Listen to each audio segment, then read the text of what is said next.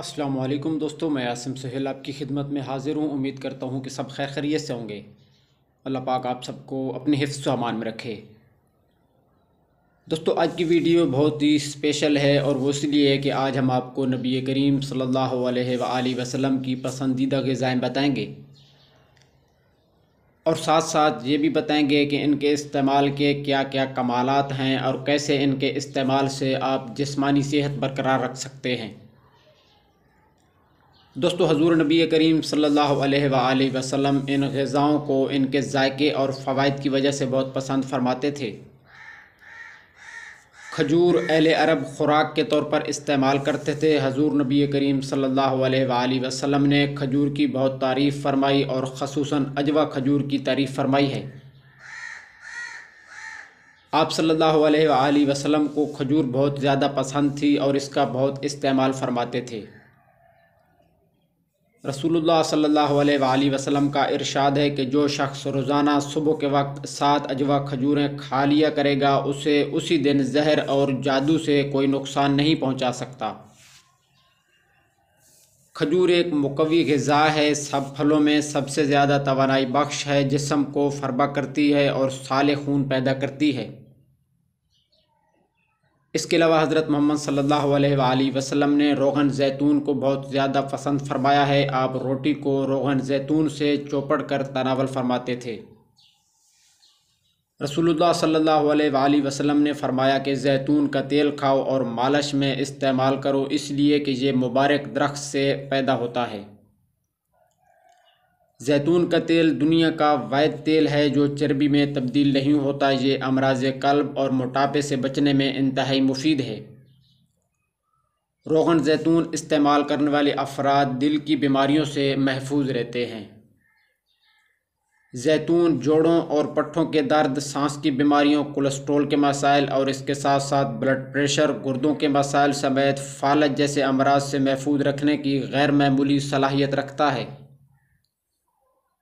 इसके साथ साथ दूध नबी करीम सल्लल्लाहु अलैहि वसल्लम की पसंदीदा ग़िज़ा थी और आप सल्लल्लाहु अलैहि वसल्लम अक्सर गाय और बकरी का दूध पसंद फरमाते थे। आपने इरशाद फरमाया कि तुम लोग गाय के दूध को अपने लिए लाजिम करार दे दो, क्योंकि ये शफा बख्श है और इसका घी आपकी दवा है। और शहद नबी करीम सल्लल्लाहु अलैहि वसल्लम को बहुत पसंद था और इसका बहुत इस्तेमाल फरमाते थे। शहद की शिफा बख्शी का ज़िक्र कुरान मजीद में भी आया है और इसे मौत के अलावा हर मर्ज़ का इलाज करार दिया गया है। शहद का इस्तेमाल जिस्म को अमराज से महफूज रखता है। तमाम तर काविशों के बावजूद अब तक शहद का मुतबादिल तलाश नहीं किया जा सका। शहद की एक खूबी ये भी है कि इसका रस जल्द असर करता है और कुदरती एंटीबायोटिक है। ये हलक से नीचे उतरते ही खून में शामिल हो जाता है